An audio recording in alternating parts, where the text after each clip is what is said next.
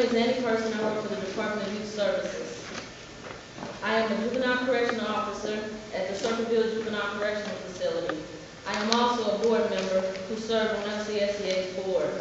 I do not support the Senate Bill 52 for the following reasons. Downsizing DYS has already contributed to most of the unrest in the system. First, the closure of Marion made the whole system unstable. Youth were moved not just from Marion, but also from other institutions to accommodate Marion's closure.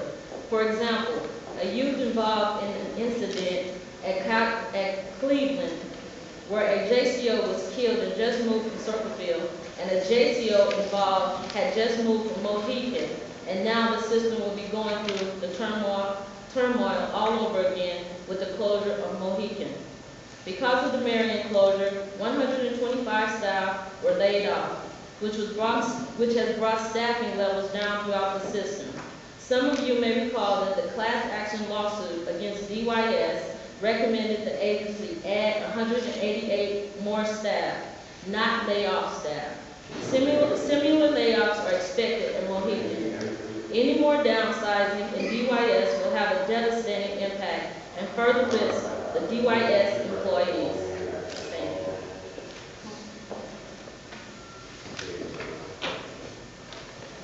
Hi, my name is Molly Blanch, and I work for I guess it's the new agency, used to be the Department of Mental Retardation, which I'm still not ashamed to say.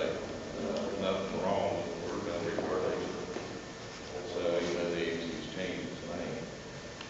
I currently work at the Galveston Development Center, and I'm strictly opposed to Senate Bill 52.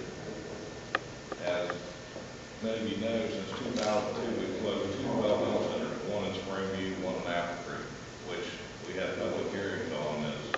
And if any of you reported on those public hearings, you know that you've seen the agony that was on the families' faces of ones at the developmental centers that they had to find new homes for their people to live. So, you know, since 2002, we've actually reduced our bed capacity by about 45%. At my own facility, we're currently on a reduction plan. We were at 245. We're currently today at 219. We're headed to 193. And as many of you know, the state does have a state guardianship, which has cuts in their budget reductions as well. But, you know, please understand that there's still families that actually have kids in the developmental centers. But most importantly, there's many of those that live there that don't have any family at all. And through this current reduction plan that we're going through now, they've asked people to leave their homes after being there for 60 years and move back to their county boards.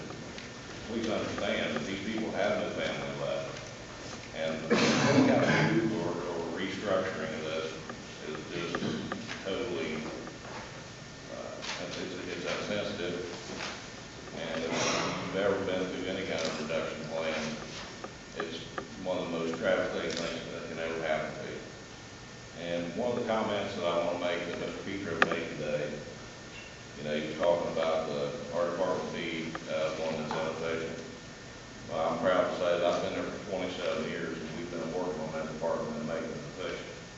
So I don't know where he's been, but we've been making that thing to be the best that it can be. And the reason that we went away from the agency consolidation when we were consolidated with mental health was that we went away from being an administrative agency.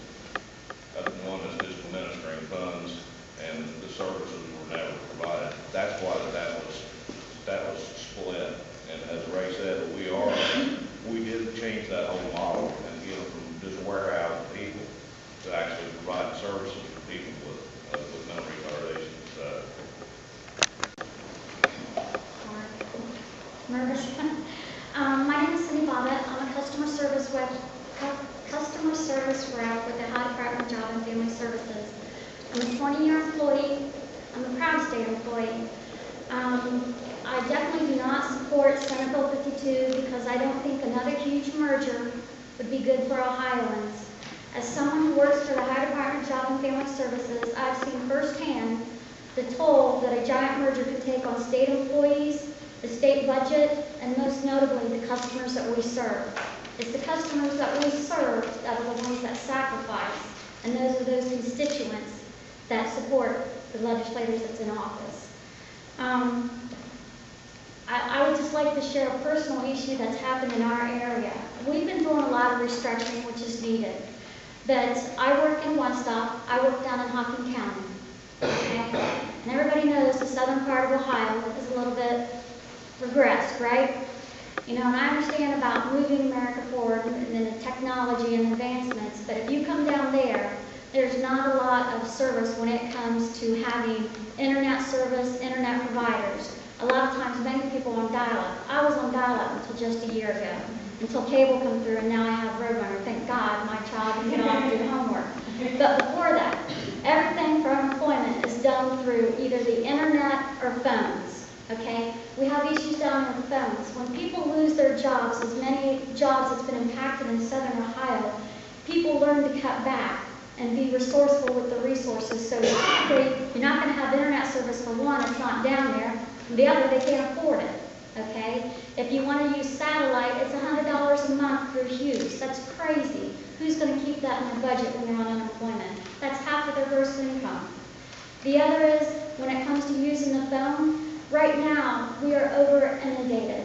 Somebody can be on unemployment for 79 weeks because of the large volume of unemployment. Everybody knows how high unemployment is right now.